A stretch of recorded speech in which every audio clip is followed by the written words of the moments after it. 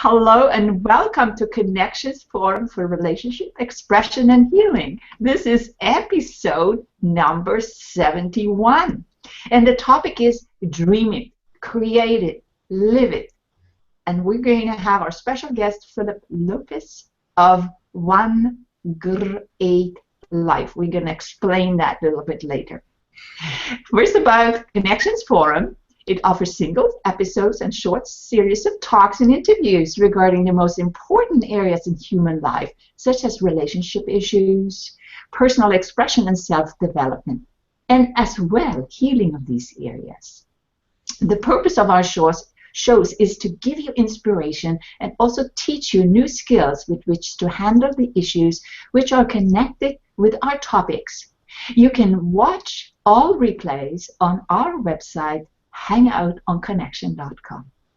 I am Margarita Crystal Lotus, an intuitive life and business mentor, healer, author, creative artist, and consciousness explorer from Sweden, which is my home country. I have stressed and overwhelmed professional women overcome emotional turmoil and recover their authentic self. And I do this work via online programs at my place called Enchantment, a private healing retreat I created here in Kingston, Ontario. And that's it. My website is thecrystallotus.com. And Heidi, I put it over to you. Yeah, thank you. I'm Heidi Hörnlein, or Adelheid Hörnlein. I'm German, living in Italy in a wonderful place, which is also a retreat and a guest house and a cultural association. It's called Paradiso Integrale. So when you come to Italy, near Rome, please come and see us. I'm a transformational coach. I'm a voice coach, voice teacher. I was that for 20 years, also a classical opera singer, and I should sing a song to these mosques here to keep them away.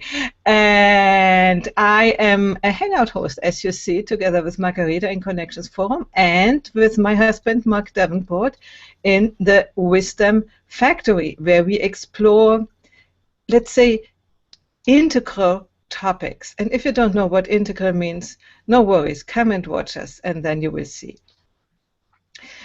I don't think I have to add anything except our website. The common website is thepowerofrelationship.com and thewisdomfactory.de, where you can find the information about the show and also download a free gift for you.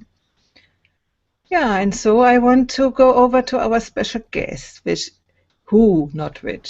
we don't speak well English. Margarita is good, I'm sort of good, but we have a little bit of a problem. And when I say that I present Phillip Lopez now, but you know, I didn't know that it was his name. I saw OneGR8 and then life. And I never understood that means one great life, because when you are in your native language, you always will talk the numbers in your own language. In my language, it would be OneGR8Life. Doesn't mean anything. And only lately I understood what that means. And I saw Phillip, One Great Life, with this wonderful icon. I'm sure you know it. Black and white and really good. I saw him appear, I didn't even know if it was a him or her, in many shows and leaving good comments there, and he entered into my awareness for quite a while. And so one day I decided to ask him if he wants to talk with me on a hangout, and he said yes. And he said he is Phil and is living in California, and he is now here with his face showing who he is behind the icon. So welcome, Phillip. Thank you very much to both of you. And Heidi, I appreciate very much that you would reach out and give me this opportunity to address your guests. I think many people will be curious to see who is behind the icon, because you never know. As I said, I didn't even know if you were a woman or a man, and now I understood that you are a man. Oftentimes it is quite shocking that that you would find such maybe sensitive responses or heartfelt responses coming from a male. The intent was never to trick anybody, but just to be myself. And again, the icon is a Japanese figure, a Japanese Buddhist figure. There are many interpretations of what the symbol is. I just happened to find it, and it kind of just resonated with me. I find it very peaceful. And I'm just happy to be here. Wonderful. So the idea of this show is to make you known and your message known to the Hangout community, where you are very well known in form of your comments. So what shall we ask him first, Margarita? Okay, I can jump in here. I think that we're going to ask him, how did you, Philip, start out on Google Plus? What made you become an entity or a person on Google Plus? I first ran into Google Plus when Google Plus was just a beta development, and you actually needed to know somebody who was had been approved by Google, and they had to sponsor you to create your Google Plus space. So that was 2 or 3 years ago. When I got there, it was in its infancy. It didn't seem to have as much traction as Twitter or Facebook or LinkedIn or some of the other social media platforms. And so I kind of backed away, and I thought, well, maybe I could sort of let it grow up a little bit, remain present. I had still some transitions to make and redefinements in my message, and so it was actually very fortunate that they were infant and I was an infant, and both of us could grow up. And then only recently, with the release and the greater acceptance of Hangouts, did my message sort of mature enough to where I felt that it was worthy of presenting it in the Google Plus format. Yeah, this is a great connection tool, isn't it? We got to know so many people by seeing them on screen and connecting with them, and really. There are great minds here, and you two are a perfect example of that. Your educational background is superior, and the fact that you would allow yourself to simplify in order to reach out to people is a great compliment to both of you. So what I'm so very interested in, when we talked privately, you told me that you have a background as an engineer.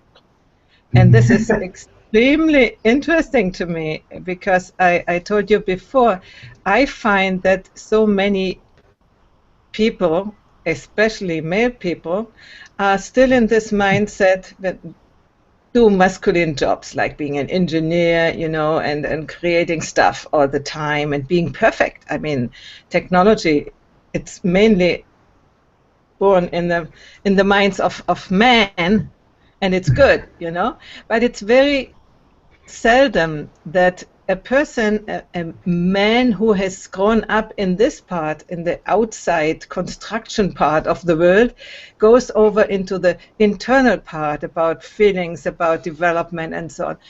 So how does it fit for you? How did you close the gap between these two parts of you? I always try to remind myself that I'm the perfect blend of my mother and my father.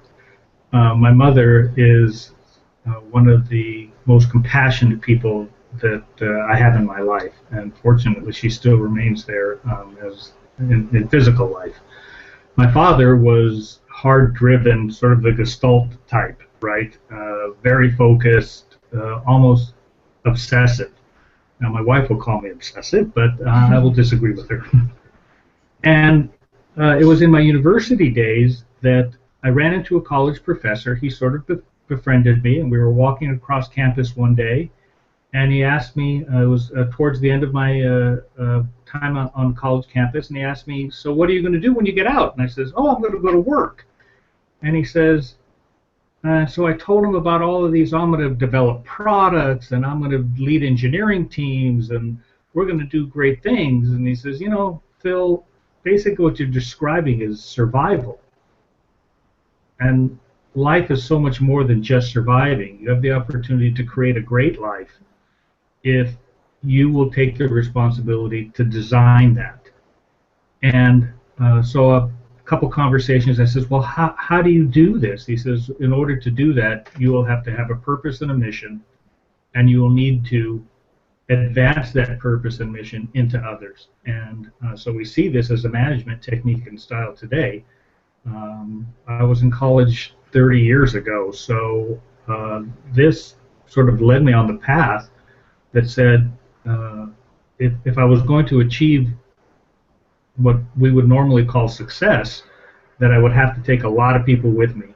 And so my passion became, how do I develop and expose others to their fullest potential, and how do I teach them to release that? And that began the journey.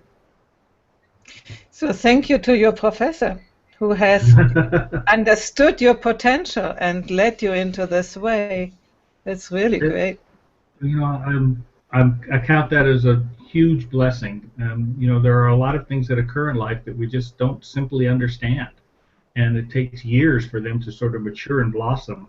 I have a little garden in the backyard, and I planted these seeds months ago, and I keep thinking, when are they going to flower?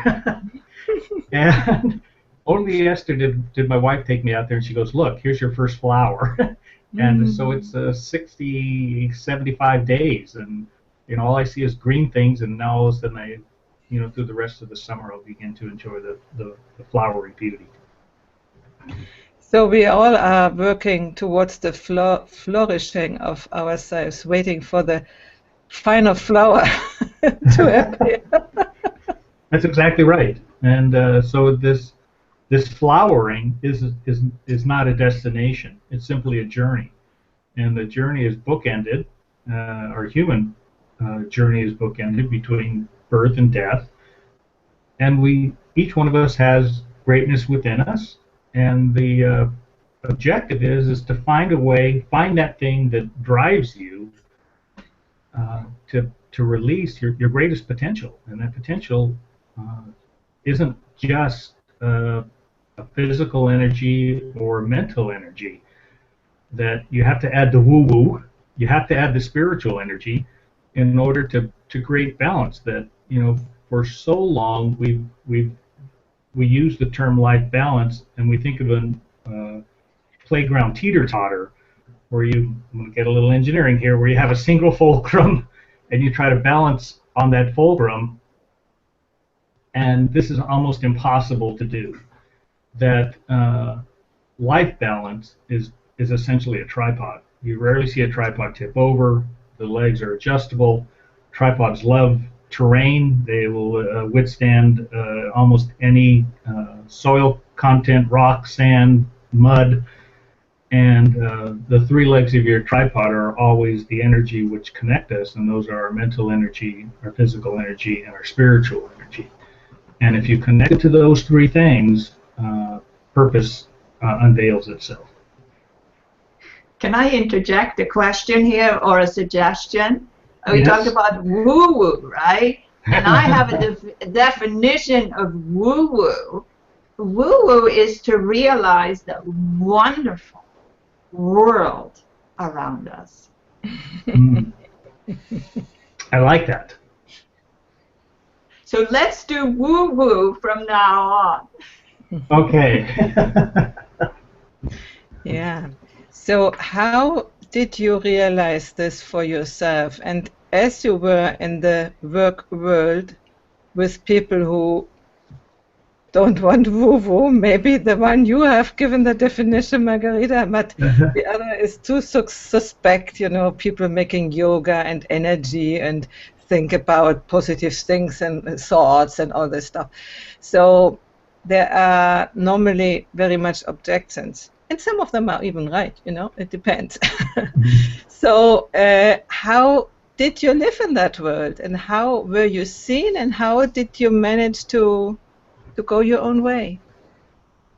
Well, part of it is exactly as you just mentioned, is in order, I think one of the greater callings for all of us is this component of differentiating ourselves by the color of our hair, the style of our hair, the clothes we wear, the higher material things, of course, how high up on the hill you live, the car you drive, the shoes you wear, the purse you carry. And on the scientific side, the scientists are right. And if they would only, I guess, sort of stop to realize that those things that they study are simply components of energy, you could take that concept and go, so what are the energies of life? So from my perspective, it was the underlying question has always been how. If you're given this life, how do you design, or can you design, what are the design components to create a great life? And that has been my obsession for the last 20 or 30 years, is constantly trying to listen. The further and deeper I listen, the more I recognize that we can buy all sorts of things. I think that the greatest difference between this message and so many other messages, this is not a message of attainment. This is not a message of the things that you are able to touch or to buy in life. This is a message about the things that you obtain, and the primary difference is attainment is to touch, obtainment is to hold. So oftentimes I think that in the world,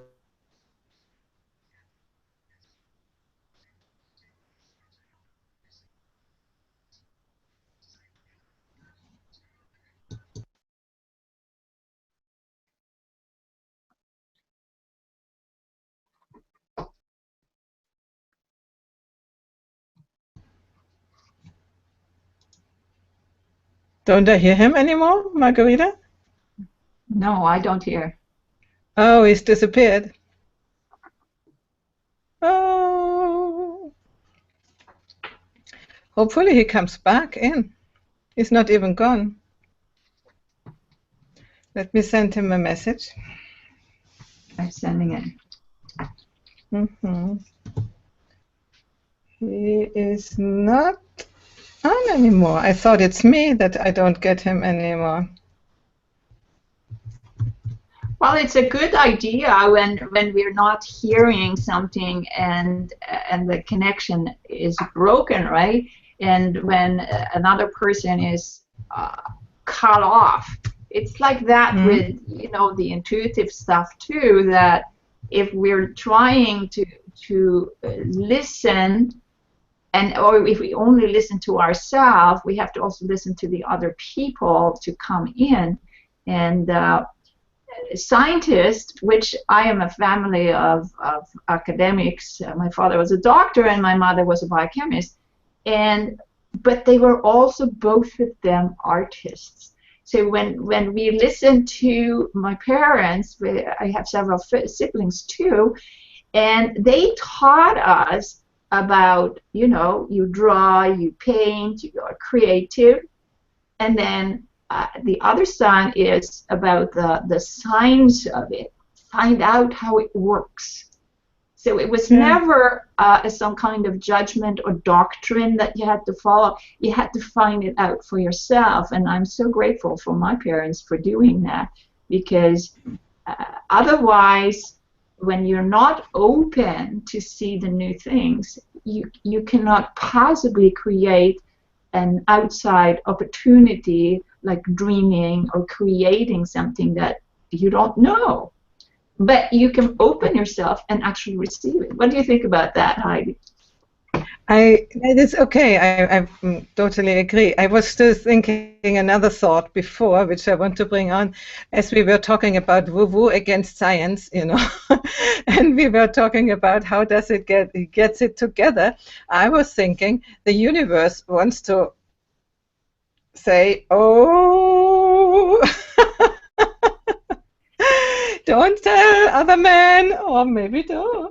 No, I'm a little bit in woo-woo now, in real woo-woo, to think that might have a significance, that he is being cut out of the show exactly in the moment when he is talking about how he gets the balance into the life and goes out of the mainstream male scientific blah blah and integrates the other parts of his life. Well, it's very important because on some level, I also have some fear about what if the authorities going to nail me and have me explain what I am doing as a healer. You can't explain it. You could just show results, right? And here we have him back. Are you back? Oh, good. I'm back. You know, if it isn't Google Plus, it's the Windows blue screen of death. I apologize to all of you. It can happen. But you are an engineer after all. You actually managed to overcome the blue death screen of life, and that's a sign of a good engineer, I have to tell you. You know what the thing is to not panic. That's what we learned. It's part of the other learning on the emotional side, no? Which you cannot explain with learning physical whatever chemical statements. You really have to go into the interior and learn how to do that, how to keep a state of mind which doesn't block you. And we have passed that, Margarita, haven't we? Yay, yay. It's funny that you say that, because the first thought that entered my mind was, I place my trust in you. And not only is this an affirmation internally to myself, but an affirmation to the external, right? That whatever's going on, you're going to get me through this, and it'll happen seamlessly. And within a matter of moments, you can recover from so many things if you simply have sort of a go-to affirmation. Yeah. The thing is, we don't know how much you told us without us hearing it. So I think you need to sort of begin again. We have in the audience also Bill Reed. He has come, and Roy Snapberger, and who else is there? Rain, probably? I don't know. There is at least somebody else there. Not showing up in the comment screen. Please. Ron Snapberger, I think he was here. Yes. And Robert, you are welcome to leave your comments and ask questions to Phil. Yes, please, don't hesitate. I think where I left off was the primary difference in the tone of the message, and I think that the age of overindulgence has sort of left us. And so now we're, as humans, in our passage of time is, what's next? We've all had the opportunity to live in great financial abundance, certainly through the 80s. And but things change, not only in the States, but globally. The euro struggles, great national economy struggle. There's developing countries in the East and through Africa and South America. And so there's a shift that occurs. And I think, Heidi, you mentioned this in part of the introduction to the show, is that there's so many things that are going on. We come back to this how. And so if life is more than simply attaining and touching many things, the other side of that is obtainment, which is to hold. And each one of us, I don't know what happens at birth, I don't know what happens when we cut the umbilical cord, suddenly we're left on our own. There must be some transfer of information to create our own external soul and spirit. And then the journey begins. And how do we transform and release that energy back into the world, which is our greatest potential, our highest potential, is to capture that purpose and to deliver it. You don't want to leave the planet without being able to do that. And so the tone of the message is one of obtainment. And the difference there is that we hold everything within us already to release our greatest potential. And then the question becomes, how do you do that? Exactly. That was what I wanted to ask. Do you have practices which you did yourself and which you could describe a little bit and give some advice to people how they could do that if they So I don't know if either two or any in the audience are familiar with the movie Back to the Future, where the mad scientist comes, where he knocks his head, and he envisions the flux capacitor, and this is sort of the storyline. Well, the One Life model is sort of the same way. It's pieces and of the puzzle that come to me, and I'm finally able to arrange them in a real life sequence. And so it begins simply with ambition. That ambition comes to us in the form of a notion, idea, or thought, and we then have the opportunity to begin acting on that ambition. So if you hold something within you that you feel you need to release, that ambition is your first step to grow that idea and to begin to transform it from that idea into its physical equivalence.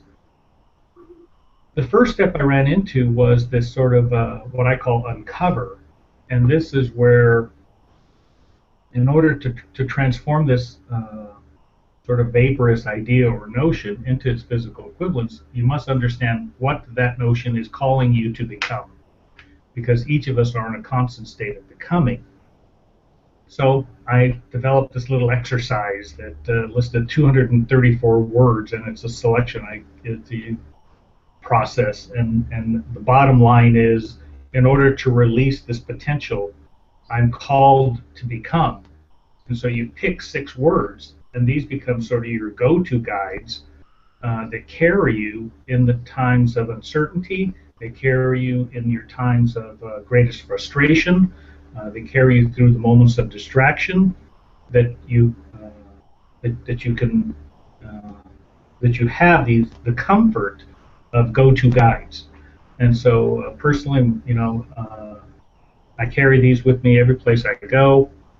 Self-discipline, self-control, gratitude, uh, courage, intentional presence, and clarity of thought. If I can maintain those six things, I know that the One Great Life message will grow, will release itself in its highest potential. So I actually used this with a sales team at one point in time, where they were the 87th ranked out of 100. I kind of inherited this team. It was a traditional, I don't want to say high pressure, slimy sales environment, but sales is hard. It's not the easiest thing to do. There are always quotas and volumes to reach, and so there's a lot of pressure in that regard. That pressure can kind of wear you down individually. So with this group, I thought I would take a very different approach, and I would try to help them liberate themselves internally as a function of increasing their sales potential. And so we ran through this exercise, and through the course of their day, they had a little place card with their 6 uh, guiding virtues on it. And anytime they ran into difficulty on the phone or difficulty in a presentation, they would just simply have to focus on one of those 6 words, and one of those 6 words would carry them to find and release the right words or the right correct presentation. And so that team grew from 87 to a top 12 position in less than 6 months. And of course, that was probably one of the bigger points that allowed me to recognize that I was kind of on to something. So do you do that regularly, that you go to the business world and teach them another way of being? The growing. So One Great Life is the umbrella. The first platform to come from that umbrella will be what I've labeled as creating phenomenal. And the creating phenomenal is that link, as you spoke of, is to take real life people, CEOs or entrepreneurs, solopreneurs, and help them get through the struggles and the distractions that are inherent in the thing that they're trying to do. Not only are they trying to release a product or a service, but they also have to be able to maintain the balance on the inside. So with my venture capital friends, I always ask, so which is the greater risk?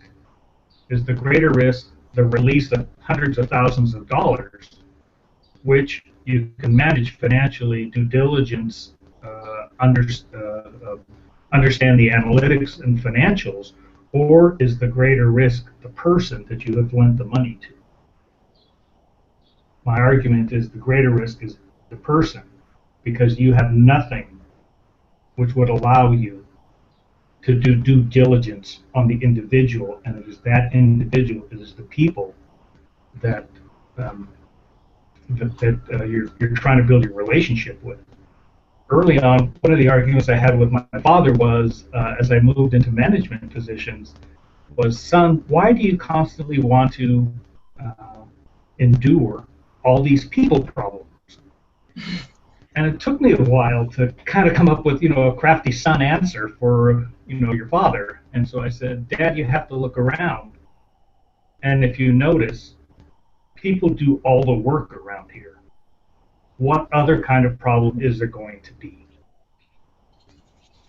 Exactly. That depends so much on the people, their productivity and their way of doing, how they feel. If they don't feel acknowledged, if they feel in so many enterprises, that's the case when they are led in a way that they feel like nothing and not appreciated and not able to give their greatest gift. How can the enterprise flourish? I agree with you completely, Heidi. That is this is the last frontier, so to speak. That as a humankind, we've conquered so many things in our evolution, that it seems that the last thing to sort of conquer is how do we bridge those things that we aspire for physically, those things that we aspire for mentally. How do we build a bridge? And I can only think that it is that spiritual connection that transcends dogma or creed to just a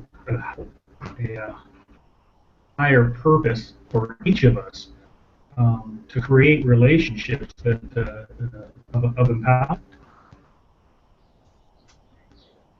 Yeah, absolutely. It And reminds for me, me, excuse me, go ahead. it reminds me of there is one source, right?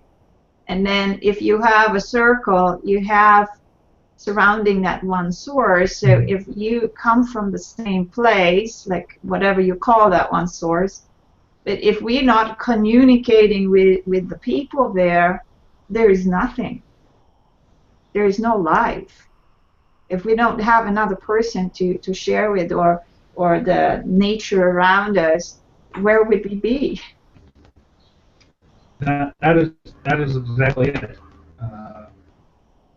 There are, I think, in my latest blog post, we're sort of in that phase where we're drilling down to that core, and you recognize that the release of your greatest potential is not. That there's nobody. This is not external work, and you have to begin to realize that this is an opportunity and a responsibility that each of us have to share our greatest potential, to work past the limitations of to grow in courage, to grow in clarity of thought, to grow in ambition, to grow and again, you can go to the list of 234 words, find the words that most appeal to you. I think in this exercise, I even created a wild card space, because these are difficult choices. So you start with 234 words, you whittle it down to 12, and then the 12 you take it down to 10, and to the 10 you take down to 6. So there are some very tough choices, as is with all of life. That you can't be everything to everybody. That you have a a fixed period of time to work with. None of us know when that clock runs out, and so it's basically a race against time. So my thought is, you could do as I did and spend 30 years of your life trying to figure it all out, or you can take advantage of the great resources that are available to you through Google Plus, through other social media, and find a message that resonates with you, and just step on the gas and just go. You know, what I'm thinking about is that in times like now we have them now, this is for the first time possible to do. In the past, let's say even after the war times and so on, that we were so much concentrated of creating an outside world of survival, of you know, just making things happen. And now so many of us have reached a certain state of, or let's say stage of financial, let's say, freedom. Even if we don't earn a lot, but we still can survive without having to work from the morning to the evening, like it was for thousands of generations, you know. Now we can finally think about these things, think clearly about these things, and dedicate our time of these things. For me, what is now on for humanity is really to integrate the emotional part, first of all, and the spiritual part. Because for me, it's a little bit a trick that we want to go into spirituality and go away. But we first have to get grounded in ourselves and really connect all our parts as a human being. And then spiritual life is okay, no? It's parallel, but don't bypass it. So what you are doing, I think it's very great, and you are one of the pioneers. And I think future generations don't have to work 30 years anymore, because you and other people have provided the basis for that. So it will be accelerated, as everything does. You know, when something is new, a new age is coming on, it is sort of heavy, clumsy, and it has first to be really developed and so on. And the next generation, for them, it's already laid down as a carpet. They will have other things to explore, and the next generation, and so on and so on. So wonderful. I feel myself like you, in the same position, like a pioneer. And Mark says always, the pioneers you recognize as having the arrows in the back. Because many people don't agree. At the beginning, you are sort of alone, really alone, until you find your like-minded people. And thankfully, we find them here on this platform.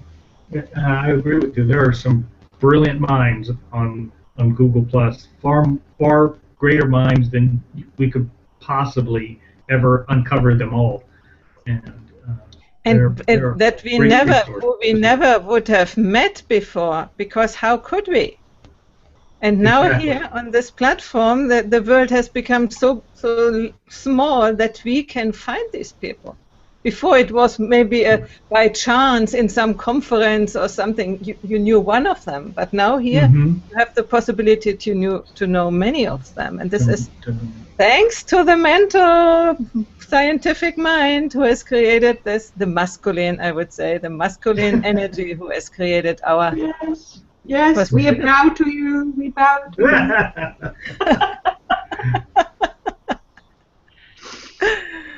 But we are very happy that the masculine mind slowly is opening towards the feminine, which is more in connections, more in what you said before, in listening. In listening, what is next. This is more feminine way of being in the world, and not in doing all the time. Although we are doing a lot, don't we, Margarita? Yeah, we are. I mean, I think we develop each part of us, and at this time, it's like the male and the female, and then it's in the woman, many women these days, but also many men have actually opening up their feminine side, and females have opened up to the male side for a number of years now and suffered from it, because they think that they are supposed to behave like men, which is not true. That's very much so. That there are very distinctive differences between the genders, and it is these differences that create our greatest, I guess, our greatest diversities. That, as I opened up earlier, I've always thought that I was the perfect blend of my mother and my father. That I know that my compassion and my creativity are things that I inherited, from the nurturing that my mother has always and continues to give me. And so I only have to look at the great women in my life, my wife, my mother, my sister-in-laws, and recognize that the things that they do to create the balance in my great life are the things that are so much more different than me. And if you really just sort of take the time and begin to listen, not just to the words, but to what is the motivation behind the words, that you really begin to uncover a tremendous amount of greater understanding, and to apply those things in your working world is phenomenal. That you can you're trying to drive performance from your staff and from your project teams, or your platform development team, and seemingly the easiest way to do that is to find out what it is that they need and help them by delivering that to them. And in that way, they return back to you the things that you need. And it's a very harmonious relationship. And this will shape the outcome. These are new times where we don't order the people anymore. You have to do that, and this is funny that you bring that up, because one of the things that I realized along in my personal development is that yes, I could drive results by being the screaming monster and from the position of adversity and explosion. That certain people would react to that, and you could drive results and performance that way. Or you could be that individual who constantly carried the big stick and was swinging it uncautiously, right, knocking down everything out of my way. I'm going to get to the top. And then I sort of finally realized that after a while, the people that you're trying to help the most, they become insensitive to the screaming voice and the undesirable working environment, or they just lay on the carpet one day and just let you run them over or beat them with the stick.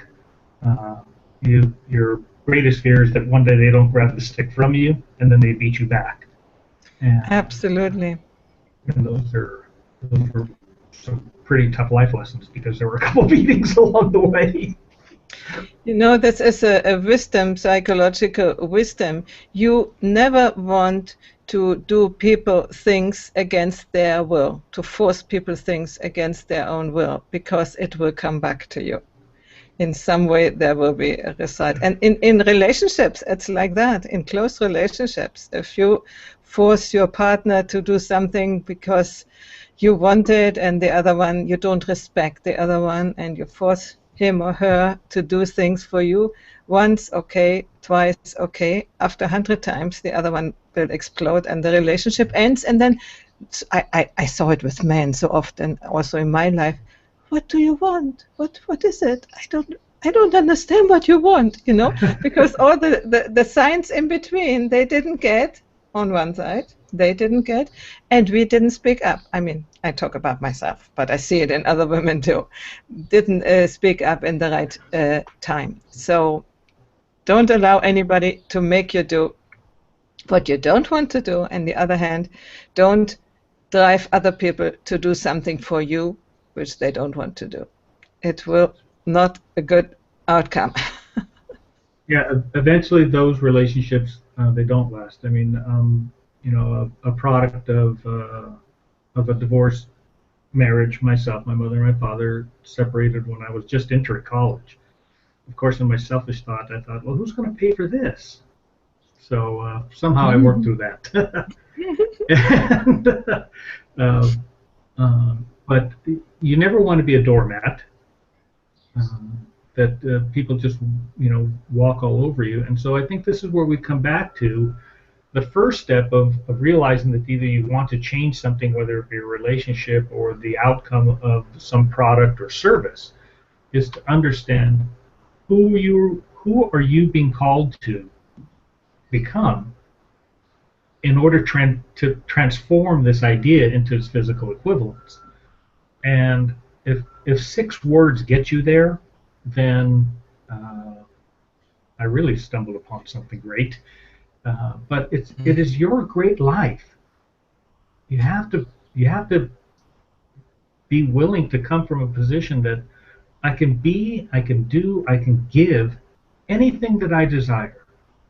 And I think this is what we see in your work through the power of relationships. We see this through the work that Margarita does with her healing.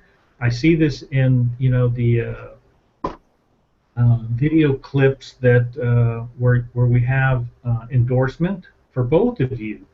These are beautiful and powerful things where you can get people to open up and share with you,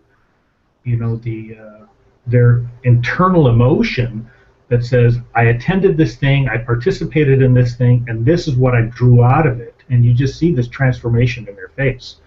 And so if you sort of stop and look and listen, and you see those videos of endorsement, they're extraordinarily powerful, and it just tells me that you two are coming from exactly the right place that you need to be coming from. Wow. Thank you so much. So I think we're coming to the last of the final minutes. What's your takeaway here? Heidi, would you start? Let me first ask him what he is offering, where people can connect with him, if he is guiding something, if you're doing courses. We never talked about that, so would you like to? The coursework is coming. So I sit on 5 or 6 different EPUBs here that I really need to, I guess, sort of persuade my social habit, my social desires, to take a back seat for a while so that I can get those works out and published. If there's anything that I can ever do to help any of you, you can always reach me through the website. There's a connect with us icon there. You can do that. You can look me up on Google+. My email is there. I believe my cell phone number is there. I'm here to to just provide a little guidance and a little bit of instruction. And I think that in the end, if I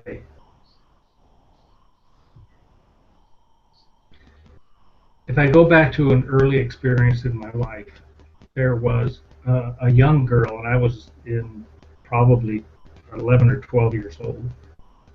There was this young girl that every place I went, she seemed to just appear. And I'm extroverted to a point, but I'm basically introverted. So this introverted nature would never allow me to go to her and say hi. It never allowed me the opportunity to, look at her and smile. And one summer, she was hit. And this was at a very young age. And it bothered me deeply that I would never have the opportunity again to say hello. I would never have the opportunity again to smile at her. That forever she was gone.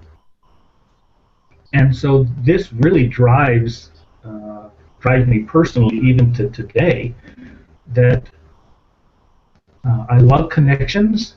I'm just here to provide a little instruction and a little bit of guidance. And if you need any of those two things, if you find yourself in the middle of a transition, a lot of people ask, who does your message appeal to? And to me, it appeals to people who are in transition.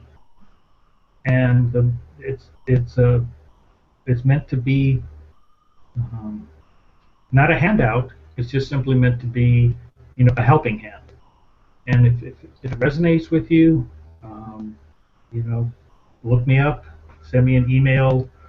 Of course, now we'll be flooded, but that's okay. We'll handle that when it happens. I have to really thank you too, and I appreciate this opportunity. Thank you. So now I tell you my takeaway. My takeaway is follow your intuition. I followed mine and pinged Philip and asked him to come on this show because there was something which told me it was not a thought. It was just, an idea. Oh, why don't I didn't wait until the young girl was away. I asked you in time to connect with me. And we had a wonderful talk, and I immediately had the idea to invite you here for the show. So this is my takeaway. Don't be too shy in life when something is calling you, go. Go. Margareta, yours? Yes, I always propose face your fears and then go for what you like in your heart. Train your mind, love your life. This is something that I have practiced for a long time. And the message that you send here, Philip, is like so wonderful because the scientific mind, let's say, needs to be there. It has to be joining the two sides of the brain, and then we can come to that central source, and that makes a person so powerful. So be sure to type in the contact information on the event page there, Philip, if you would, and then right now this was the end of this episode, I think, and then we'll see you next week, same time. Thank you all very much. Yes. Okay.